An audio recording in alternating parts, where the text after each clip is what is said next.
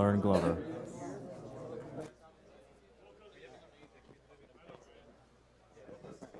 All right, we're going to a quick commercial break. Stay tuned.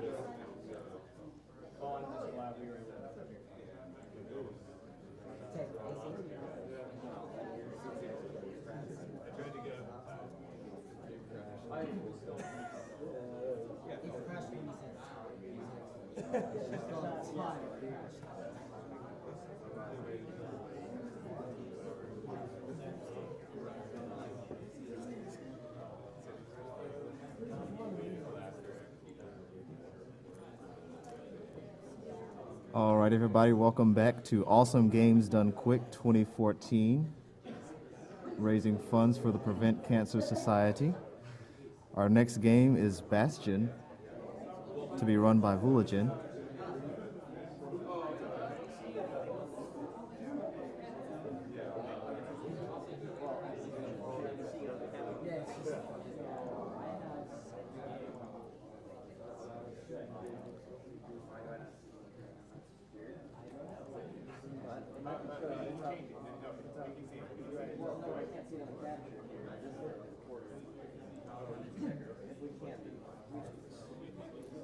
So upcoming donation incentives, the Donkey Kong Country Glitched Warps Run is currently at $700 out of $4,000. So we would appreciate helping out with our donation incentive for this. You can also donate for the boys' name and the girls and sprites' names in Secret of Mana.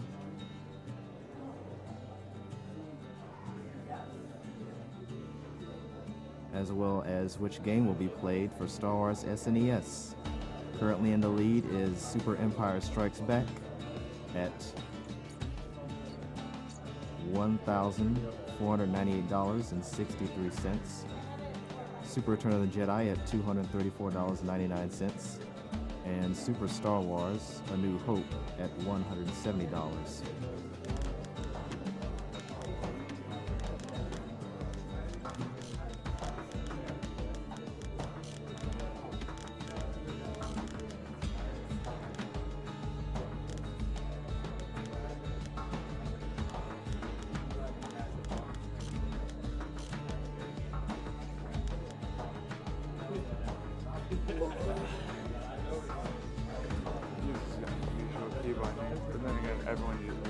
Everyone has their own, man.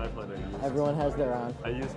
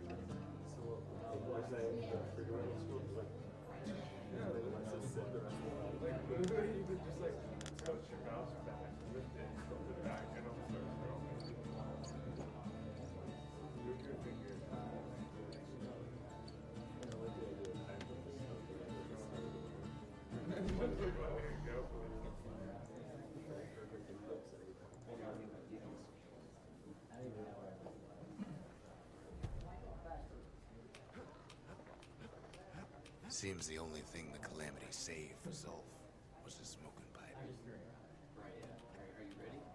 Yeah, are you guys good? Yeah, we're ready. Okay. All right. So time for this game doesn't actually start when I hit new game here, so I'll tell you when it is. But basically, we go from when movement actually starts. So by first input. Basically, this game is a 2D brawler. A lot of people have played it, and good for them. A lot of people haven't played it, and shame on them. It's really fun, and it's narrated, which is awesome. All right, so time is going to start. 3, 2, 1, go. So this is Bastion. Basically, as I'm playing this game, the whole kind of backstory of this game is the world has been destroyed by the Calamity, whatever that is. And you're this kid, and you wake up in the middle of this, whatever this is, and you have to make your way to the Bastion.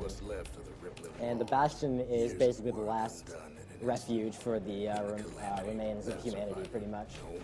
And the idea is the Bastion apparently can restore the world to what it's supposed to be.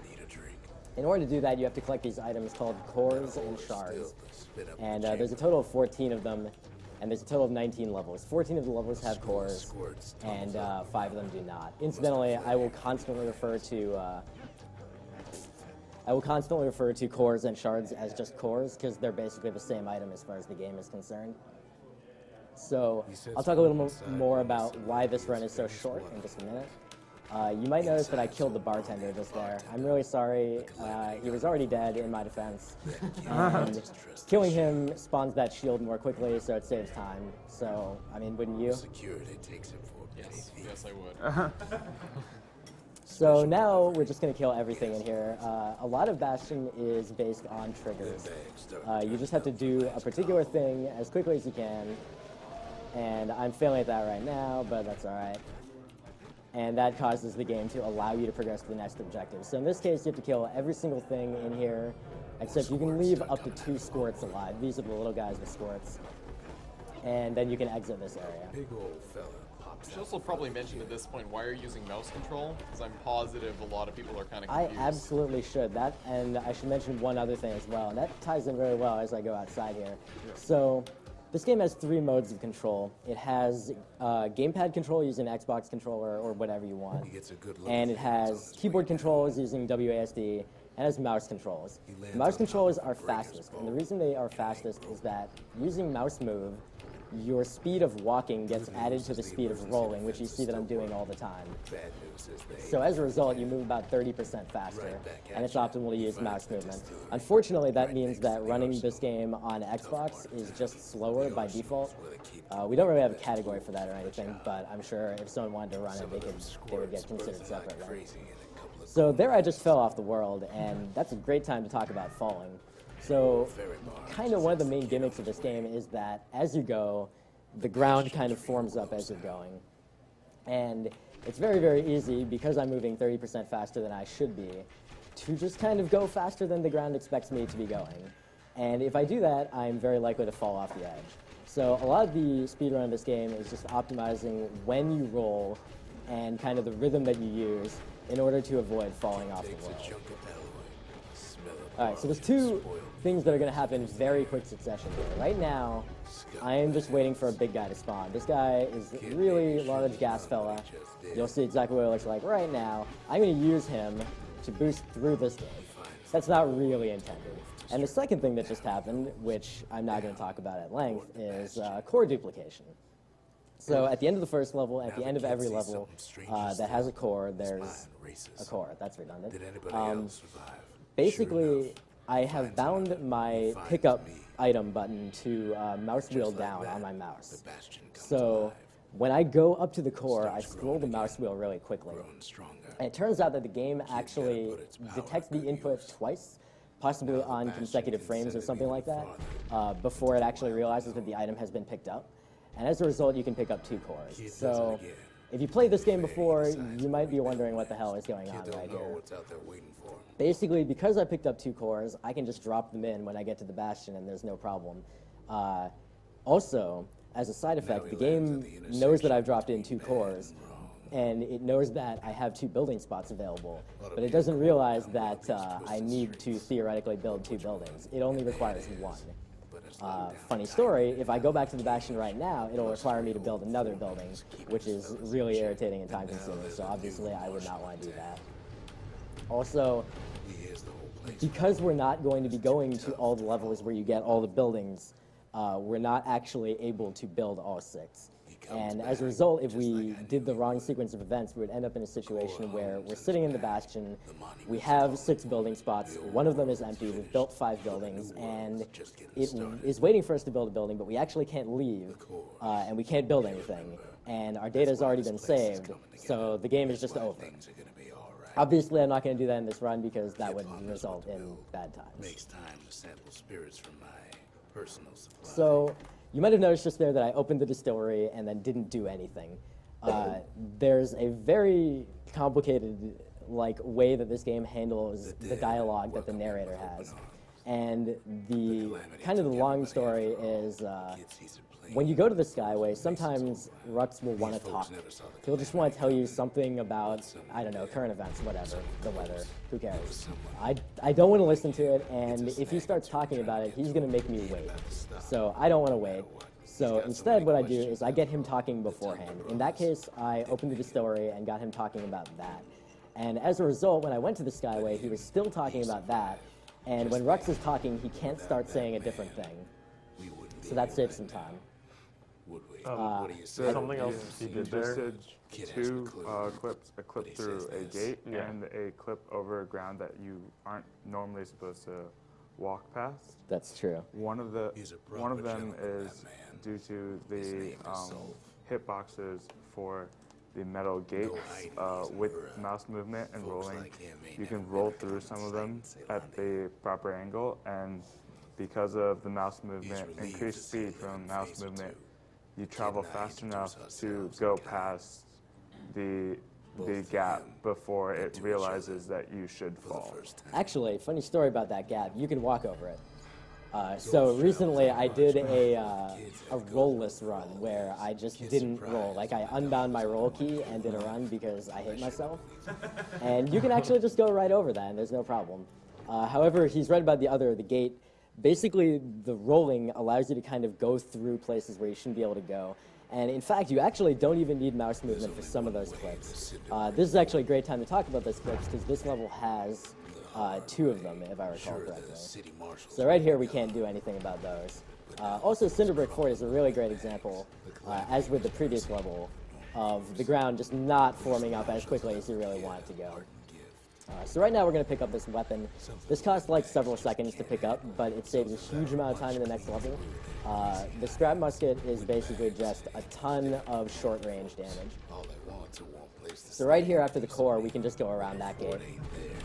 Boy, gates are really solid in this game. And then at the end of the level, basically there's going to be a giant arena where we're supposed to fight all these dudes. I mean, there's a lot of dudes, and I'm really not interested in wasting my time with that. So basically that gate is made of 2 barriers. There's the gate itself, which is obviously there, and then there's a barrier behind the gate that's kind of invisible. And if you roll at the precise angle, you just kind of go right through it. Alright, so now we are going to go back to the Bastion, and now building order has really, really matters. Basically, I am going to do another one of the skips of the narration on the Skyway, which I was talking about earlier. This one is really complicated and dumb. Basically, I'm going to upgrade the memorial, he'll start talking, I'll open the memorial, claim an item there, he will still be talking barely, so he won't say any of the things that those 2 things would trigger. Then I'm going to build the Lost and Found, he'll start talking about that, then I'll go to the Skyway and he won't be able to talk. Did you get all that? I don't think so, but that's alright. This saves approximately 8 seconds. Did you confirm your ending? Sorry? Did you confirm your ending? Yes. We are doing evacuation. Apparently, I failed the skip, so that's unfortunate. Basically, if you get the skip, then he's still talking by the time you get to the Skyway, and then you save that text, which, as you saw, is very long. So in this level, we're going to pick up a weapon called the Brusher's Pike, and this item is going to be super, super useful and powerful, and we're going to have a grand old time with it. The first thing that it is really good for is killing things. and I'm a big fan of that. Basically, the theme of this level is there's that thing right there, which is called an ankle gator. That particular one is named Queen Anne. She's a real handful. Just there, we used her to boost over a gap that we really shouldn't have been able to boost over. In fact, in that area right there, I could have just used her again, but instead I just clipped through the wall because I can. Alright, so now I have to kill her. And this requires two pretty precise sequences of attacks. I need to get a pike thrust, musket shot, pike thrust, twice when she pops up. And there's not a lot of time to do that, and it looks like I just didn't get it. Oop. She's starting to get annoyed. So instead, I'll 3-cycle her. Hello. So now that we have the pike, we can do the other thing that the pike is good for, which is breaking the game. There's an ability that I'm going to pick up right now called the Pike Vault. And basically, Pike Vault is like, if you're familiar with Final Fantasy games, it's like the Dragoon jump attack, where you just kind of leap into the air, and then after a brief moment, you land somewhere and you deal a ton of damage. Pike Vault in this game, when you jump up, a targeting circle appears, and you can kind of tell the game where you want to land. You get about 1.5 seconds, and you can move it around. The speed that the targeting circle moves is dependent on the momentum that you had when you used it. So, remember that we're using mouse movement, and when we're mouse moving, when we roll, it's 30% faster. So if we combine that with the Pike Vault, we can kind of cross long distances. Funny story, in this level, there is a ridiculously precise trick that until about 2 weeks ago, there was no video anywhere on the internet that it even existed. Shoutouts to Red Buddha, he's the one that told me that this exists. Obviously, a trick this precise in a marathon, I wouldn't even really bother trying. Good many secrets out here, but we discovered other things we're better off not knowing. After all, Or I might. when we look down inside Colford Cauldron, We didn't get it. It's alright. Just to put into perspective how precise that is, even Buddha, the guy who showed Vulajin, had never actually done the trick. Yeah. I think he had done it once. Did he? And there was no video of it. Incidentally, I actually can do that trick now semi-consistently, but obviously you can see that I didn't get in this run. he just has to get that shard out of there. Yeah. Yeah, I probably practiced that for about 8 or 9 hours over the course of the last 3 days, but that's a ridiculous trick, and you can't get every time.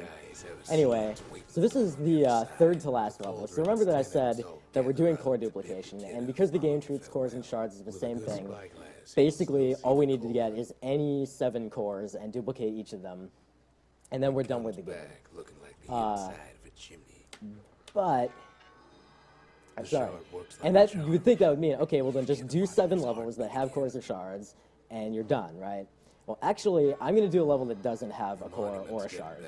And the reason I'm going to do it, the level is Prosper Bluff. This is the level, if you're familiar with the story, this is the level where you pick up Zia. And the reason I'm doing this level is that this unlocks Wild Outskirts. And it turns out that combined, the 2 of these levels are actually faster than the next fastest option. The next fastest option is Melting Pot, which is like the 2nd level in normal play. And it's really slow as balls. Like, it takes 3+ minutes, and it's basically an auto-scroller. There's not really anything interesting you can do to speed it up. And now I need serious time, because this level is really hard. So give me a sec.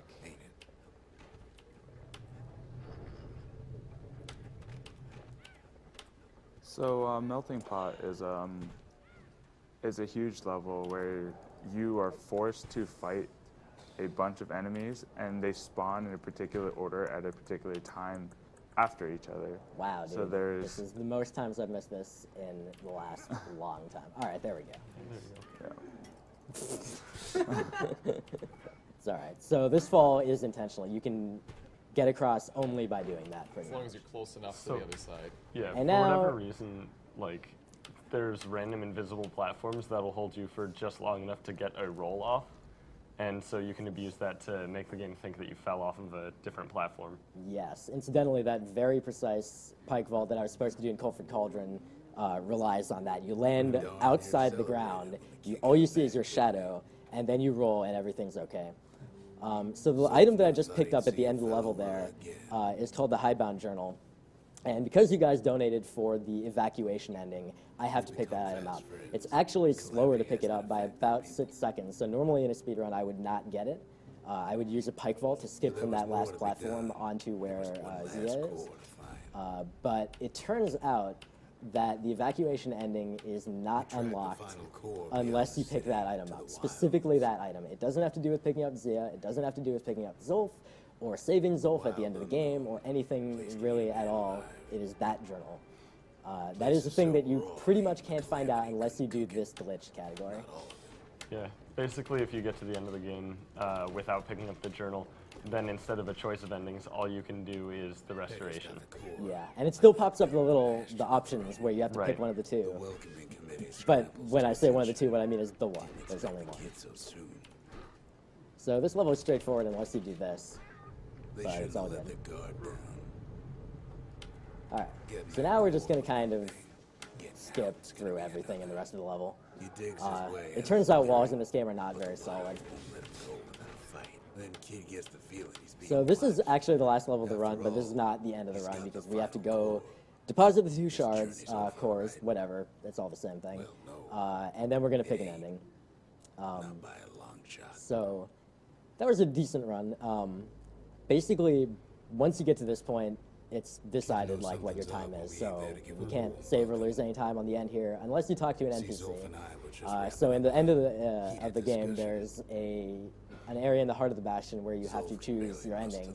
Before you can do that, you have to open dialogues with 2 NPCs, and they both have like options to see these 9-second dialogue sequences that once you initiate one, you can't skip it. We're going to try not to do that because it's dumb, but I have definitely done that a lot in practice, way too much. It's finally finished. All right, so now we're going to the heart of the Bastion, and then we'll end it. Incidentally, once we finish this, just hold the time and hold the applause, because we also met the donation incentive for the credits duet. To the heart of the Bastion. And that's going to be like right after the run ends. So we'll just sit tight for a minute. We'll enjoy the ending text, and then we'll sing. To do the honors. We can tell you how to work this thing if you got any questions. Hey, I didn't talk to anybody. Yes. I picked the wrong ending. What the crap is wrong with me? It's all right. We'll just pretend that didn't happen. Sorry, I'm so used to doing that. Wow, I don't even know what's up with that. Oh, are we doing the last level again? We might be doing the last level again. Or we might be soft locked. That might be cool. Cool, I just soft locked us. Oh, no. Yes! Runs over time!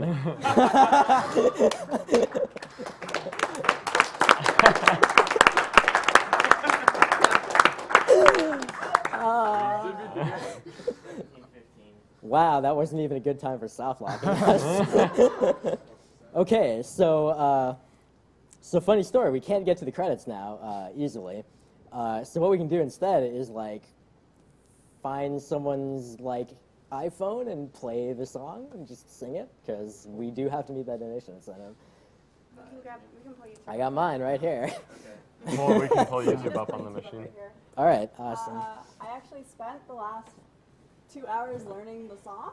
Yeah, So so I we know can't where to not find do the this. YouTube video.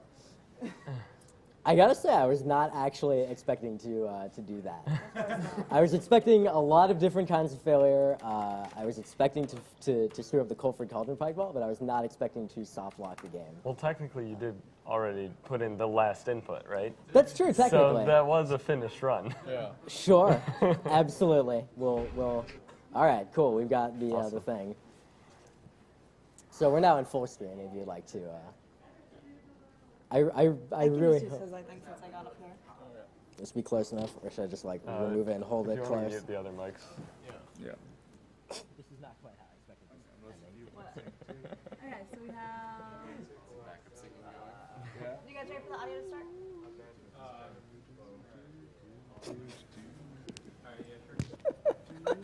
Oh, man. Man, we should have brought like the piano in.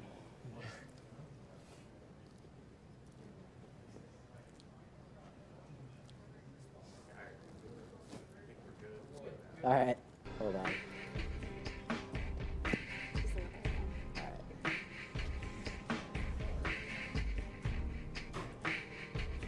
From Bastion. Incidentally, this is a very good game and you should buy it. These guys, right here, buy their games. Transistor coming out this year.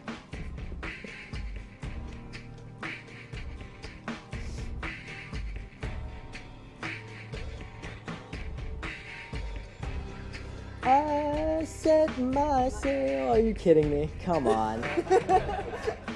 This is the long version. They stripped this from the credits. The MP3 version has. I can't handle that.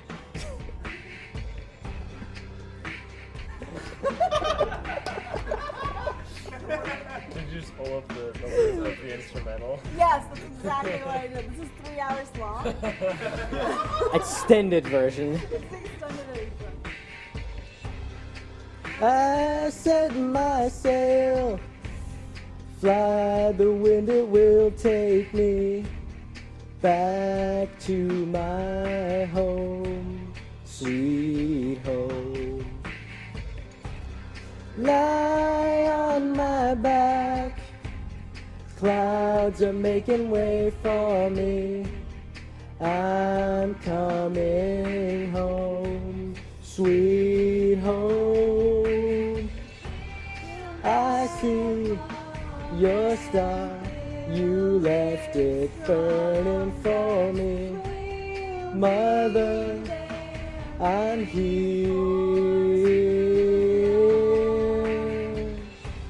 So that was 3 hours now? Yeah, no, we're good. I think this has the correct number of hits. So.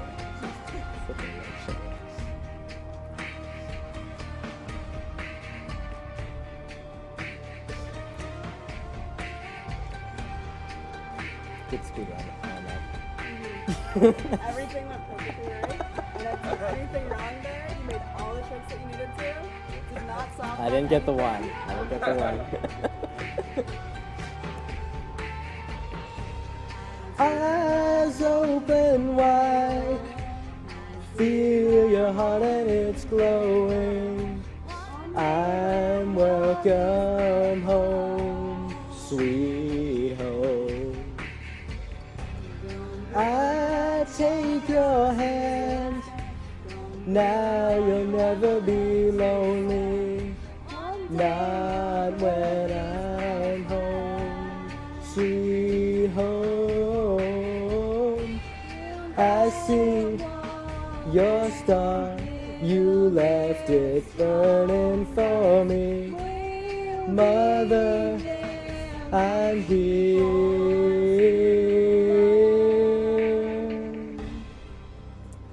Thank you.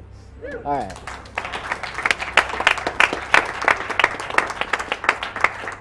Before I walk off, quick shout outs to Intellects, Red Buddha, Sereth, who was supposed to be here running this game, but unfortunately couldn't make it. Lawyer Dog, whose tutorial video is awesome, and if you want to learn this game, you should go watch it. Everyone else who runs Bastion, Croaky, who did it for the SOG Marathon, 2-Bit Marksman, you guys are awesome. And my parents, who, despite not knowing anything about video games and the fact that the run was scheduled for 6 a.m., were asking me how to watch. So thank you guys so much. I loved it. All right. Yep. Chrono Trigger, 100%. $50 closer. Thank you very much. All right, that was Bastion. Coming up next is Another World.